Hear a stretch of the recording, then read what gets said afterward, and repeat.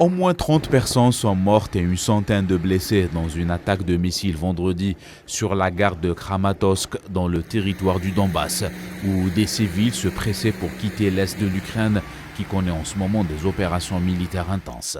Une attaque dénoncée par les autorités de Kiev, accusant la Russie d'être à l'origine de la frappe. La défense russe a démenti les accusations des autorités ukrainiennes. Moscou affirme ne pas disposer du type de missile qui aurait été utilisé et dénonçant une provocation ukrainienne. Le chef de la diplomatie de l'Union européenne, Josep Borrell, en visite dans la capitale ukrainienne avec la présidente de la Commission européenne, Ursula von der Leyen, a condamné fermement une attaque aveugle.